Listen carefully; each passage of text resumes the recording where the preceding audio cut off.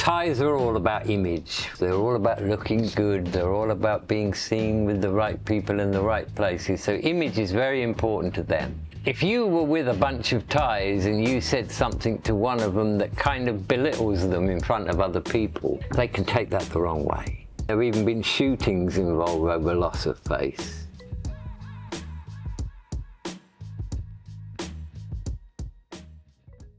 Hey folks, Pete here from Thairish Times. What's the story? So today I'm interviewing a man who I've interviewed many times on the channel before. His name is Paul Wallace. He spent 38 years in Thailand. And in this video, Paul is going to explain how understanding Thai people is the key to living long-term in Thailand and being happy. Paul says he believes that many expats over here get frustrated living in Thailand. And like I said, Paul believes that understanding Thai people is the key to being happy here in Thailand as a foreigner. So we're going to get into critical thinking skills, the Thai education system, the culture of saving face in Thailand, and why image is so important in Thailand. Let's get straight into it. So Paul, we're here again. We are indeed. It's great to see you. Great to see you. Right, so we're going to have a conversation about Thai culture, saving face, and we're going to get your experiences and perspectives on it. We've had a little talk off camera. We've kind of said that, some expats feel frustrated living in Thailand, and you think understanding the Thai psyche is a great way to be happy in Thailand, understand Thai people more. Would you agree with that? Yeah, I would agree with that, absolutely, yeah. Yeah, I've met a lot of expats here who are just frustrated with it because they can't see how they could do certain things when they obviously would not. And I think if you understand Thai education, then you get to understand why they are the way they are. Critical thinking, for example, yeah. People who are born in the West have critical thinking skills without realizing that they've had it, because right from when they could crawl, they've been encouraged to think about stuff, how to solve a problem, what to do about this, all that. Well, they don't get that. And I think, from my personal experience, if you reach 12, 13 years of age and you've got no critical thinking skills, then it's uphill all the way, And they don't think like we do. If you're going to do something, a project, you're going to make something or do something or build something, then pretty much they'll just start and see how it goes, and then they might reach a point where, oh dear, we've got a problem here. And they'll try and figure out a way to get over it. Whereas we'd have a plan, we'd plan it, and so that wouldn't happen and that wouldn't happen. But they just don't think like that, So is it rote learning that Thai kids are taught? Yeah, learning by memory. Yeah, Thai education is all about retaining information. Yeah. The kids are not expected to ask questions, they're just expected to, listen or copy what's on the board and try and remember that. Yeah, because the whole goal of Thai education is to pass the tests. And that's what rote learning can do for you, but it can do precious little else.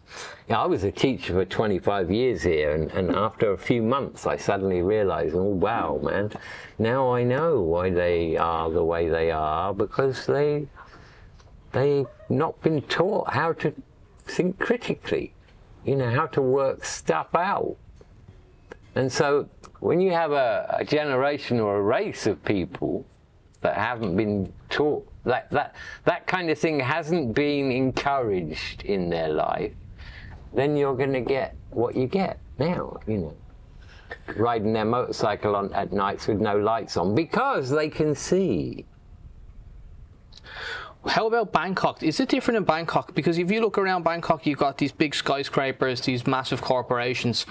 Surely people that are in there working in, I suppose, the corporate world, are they would they lack critical thinking skills? In some situations, I think maybe, yeah. In their social life, perhaps, maybe they'd say something to somebody that they shouldn't, or stuff like that. But I think, in all honesty, private Thai schools are up in their game now. You know, they understand what project-based learning is. They understand that imagination and creativity shouldn't be suppressed; it should be encouraged. So yeah, I would imagine that they would have a different type of education than somebody from Nakhon nowhere, you know, goes to a government school where there's 60 kids in a class and just has to scrape through the exams, you know, right the way through to the age of 17, and they're done, you know. It doesn't equip you for life. Yeah, I mean, I remember reaching a point in my marriage, and we'd been married about 2 or 3 years, and I suddenly thought, my wife doesn't understand what critical thinking is. She doesn't know how to do it. So I set up this little experiment on the table, and we were using things, and I said, right, his name is such and such, and her name is such and such. You know, and this person over here, this person tells you something about this and this and this, and what do you do? How do you work out what to do? And she said, I don't know. I don't know. I said, well, you would think to yourself, well, okay, what would happen if I told this person? No, I wouldn't think like that. I just wouldn't think.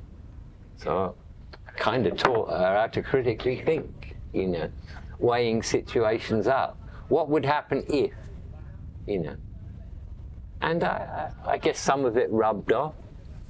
But they're very carefree. They live for the moment. They live in the moment, not live for the moment. They live in the moment, which I think is a great thing. Because also, it's a double-edged sword, Pete. If you don't have the critical thinking, then pretty much you don't get stressed out either. Because you don't spend too much time thinking about what would happen if, you know, what am I going to do if this happens, what am I going to do if that happens. You just deal with it as it comes. They're very resilient in that way, you know, when there's a flood or some other natural disaster, so they just get on with life, you know. Not like England, the 2 inches of snow and everything stops in England, you know. Where I live now, in the year 2011, we had a flood where even this place was 1 meter underwater. Everywhere around here was 1 meter underwater, and they coped. When it comes to critical thinking and the lack, as you say, of it in Thailand, I do understand your point to a certain extent, but then I've met, you know, like my wife, for example, Noon, I mean, she is, you know, I call Noon a problem solver. Yes. And her attitude to a problem is she'll say every problem can be solved, and if you have that mindset, you can accomplish so much. Yeah. So, and I've watched, she gets that from her dad. I've seen him in action. Okay. So maybe, as you say, lack of critical thinking in Thailand, or maybe it comes down to the parents, and parents can teach it as well, no? Absolutely, yeah, I'd agree with you there. Yeah, I mean, you know, we are generalizing here. There are people, I mean, we are unique. Human beings are unique, you know, and there's not another Pete, there's not another Paul. That there are some certain type of people, they're going to shine whatever happens, you know, they just have that ability. Yeah. And yes, some Thais can critically think, you know, but the education system doesn't encourage that, and that can be a problem, you know. Let's move on to the culture of saving face. Okay. How would you describe saving face? Well, Thais are all about image. You know, we know that. Thais are all about image. They're all about looking good. They're all about being seen with the right people in the right places. So image is very important to them. So if you were with a bunch of Thais and you said something to one of them that kind of belittles them in front of other people, albeit a little bit, they can take that the wrong way. They can absolutely take that the wrong way. You know, but does that happens as well in the West? What's the difference between, you know, sitting in a pub in Ireland and someone saying something to you, you know, you don't like it and it would annoy me, but what's the difference in that happening to a Westerner and say over in Thailand? Is there extremes? Is it worse over here? There can be extremes, yeah. You know, I mean, there have even been shootings involved over loss of face, you know. Can you think of any examples that you've had in your time in Thailand of seeing someone lose face, causing someone to lose face? Yes. I worked at a school and there was about 8 foreign teachers who worked there. And the principal was a very nice woman. And this northern guy from Yorkshire, she was saying something in a meeting, in a teacher's meeting, and he said, no, that's not correct. It should be blah, blah, blah, blah, blah, blah, blah, or this. Thank you, she said. Well, there was no reaction, but from that moment on, he wasn't on her nice list at all. You know, and indeed she went out of her way to make life uncomfortable for her. Because she perceived that he damaged her reputation in front of other people. And I think, you know, if you're on your own with a Thai and you say something like, look, you know, that was a bit out of order, you know. Do you reckon there's a way to do it? Yes, absolutely. Don't do it in public. You can't lose face if you're in a private situation, because the other person, the one who's taking the brunt of the criticism, if you like, they're not going to lose face because nobody else knows about it. So yeah, foreign employers need to learn pretty quickly that if you're gonna critique a Thai employee, do it just the one-on-one, and don't put out anything that puts them down or highlights their inability to do something, because it will deflate the employee. And once they got a negative attitude towards you or their job, then that's not going to change. So are you saying like they're kind of resentful? Well, I think the other thing that might come into play here is the cultural aspect of Thailand, where you don't show emotions in public, you don't show emotions, you don't show affections or anything like that. And I think because maybe that they get built up maybe inside of them that they can't release, and then, you know, losing face is yes, I can release it, you know, I can release it, that could have something to do with it. Why do you think showing emotions, like you said, affection is one of them, why do you think that's kind of a taboo in Thai culture? They're very proper in the way they do things. You know, they're very proper in status. You know, monks, people that are older than you. You know, they have a hierarchy, if you like, and anything that maybe goes against that isn't well received. If you live in a culture where it's not cool to show emotion, then what can happen is, you know, it gets pent up. Maybe you're somewhere, alcohol's involved, somebody, you know, another guy says something to you don't like, you go and shoot him. You know, they can go right off the handle sometimes. Yeah, it's a unique culture. I mean, they don't have many negative aspects to them in my eyes, you know. It's just the education system. It lacks certain things and doesn't equip young people to have the tools that they need in this world. How do you think foreigners can learn to navigate face, understand it? Because for me, you know, when I meet a foreigner that's living in Thailand for a couple of months, in social situations, I can see that he's kind of breaking the kind of the cultural rules, you know? Yeah.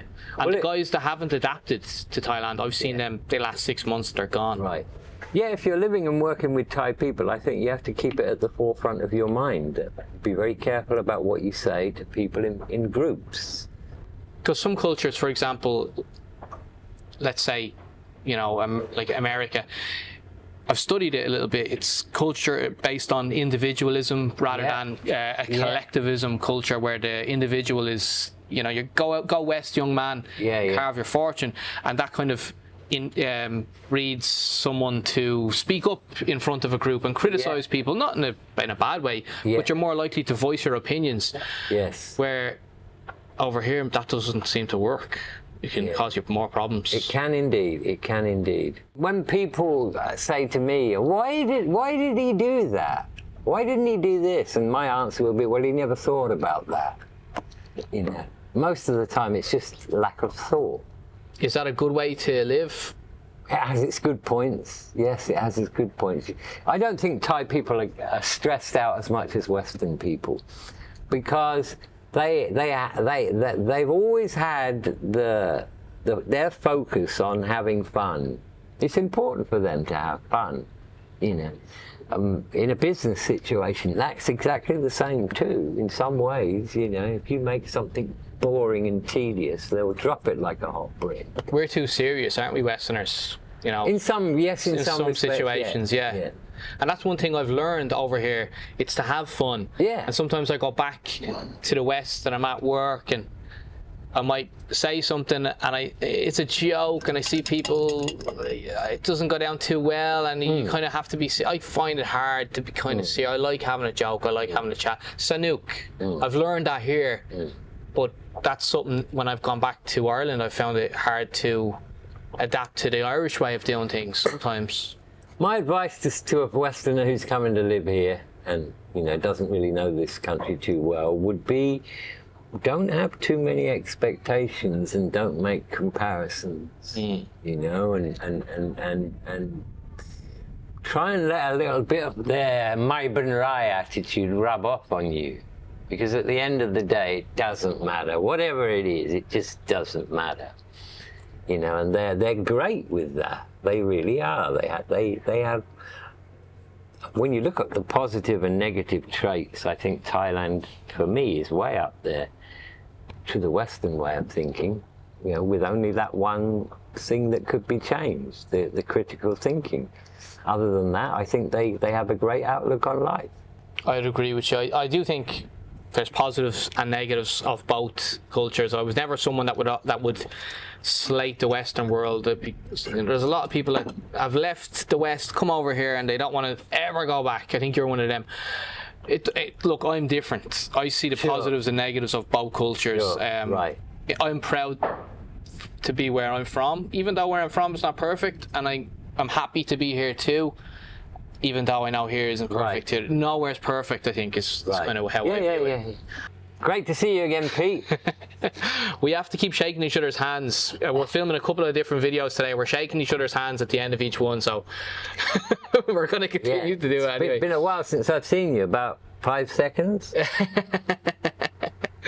Well, look, Paul, it's always a pleasure to hear your perspectives on Thailand, and like I said, we'll film more now, and there's more to come anyway. So we'll end this one here, and we'll roll on to the next one, all right? Because I've got the next one here and I know what it is. Wonderful. All right, let's do it. All right, cheers.